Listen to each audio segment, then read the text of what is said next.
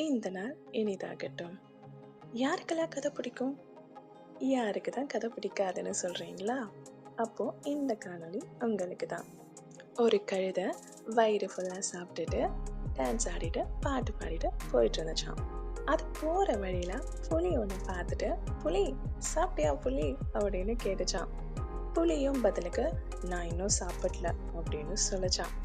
சும்மா இல்லாம கழுதை திருப்பியும் புலிய பார்த்து, அம்மா நீ புல்ல சாப்பிடுவியா?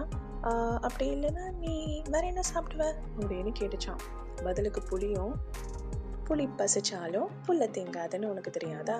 அது மட்டும் இல்லாம புல்லு சாப்பிட்றவங்கள நான் சாப்பிடுவேன்னு சொல்லும் போது கழுதைக்கு கொஞ்சம் பயம் வந்துச்சான்.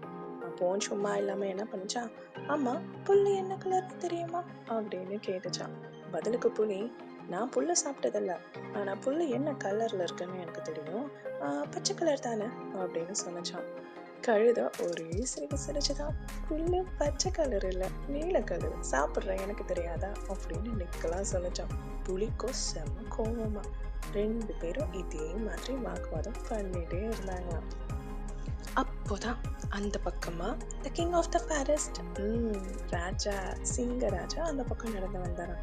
இவங்க 2 பேரும் பேசுறத பார்த்துட்டு என்னடா நடக்குதுங்க அப்படின்னு கேட்டாராம். அப்புறம் புலி நடந்த விஷயத்த எல்லாமே சொன்னாங்களாம்.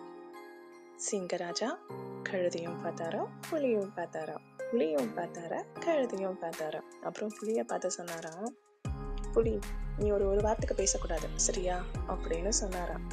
கழுதைக்கு ஒரே சந்தோஷம். புலிய பார்த்து சிரிச்சுட்டு, பாத்தியா நீ சொன்னது தப்பு, அதனாலதான் சிங்கராஜா உனக்கு தண்டனை கொடுத்தாருன்னு சொல்லிட்டு அதே எப்பவும் போல டான்ஸ் ஆடிட்டு பாட்டு பாடிட்டு போயிட்டே இருந்துச்சான். புலிக்கோ ஒரே வருத்தம். ராஜா, எனக்கு நீங்க தண்டனை கொடுத்ததுல எனக்கு கஷ்டம் கிடையாது, ஆனா புல்லு பச்சை கலர் தானே அப்படின்னு கேட்டாங்களாம். அதுக்கு ராஜா பதில் சொன்னாரா, கணக்குல யாராச்சும் சூப்பரா பண்ணாங்கன்னா, பா கணக்குல புலி மாதிரி இருக்கே அப்படின்னு உன்னை பெருமையா பேசிட்டு இருக்காங்க. ஆனா நீ போயிட்டு ஒரு முட்டாள் கிட்ட போயிட்டு வாக்குவாதம் பண்ண பாத்தியா, அதனாலதான் உனக்கு இந்த தண்டனைன்னு சொன்னாராம். அப்பதான் புலிக்கு புரிஞ்சுதான். புலிக்கு புரிஞ்சது சரி, உங்களுக்கு புரிஞ்சுதா? புரியலையா? நான் சொல்றேன் கேளுங்க. முட்டாளுங்க கிட்ட வாக்குவாதம் பண்ணவே பண்ணாதீங்க. டைம் வேஸ்ட், எனர்ஜி வேஸ்ட், எல்லாமே வேஸ்ட். இந்த கதை பிடிச்சிருக்கா? சந்தோஷமா இருங்க, மற்றவங்க சந்தோஷமா பார்த்துக்கோங்க. விடை பெறுகிறேன் நான்.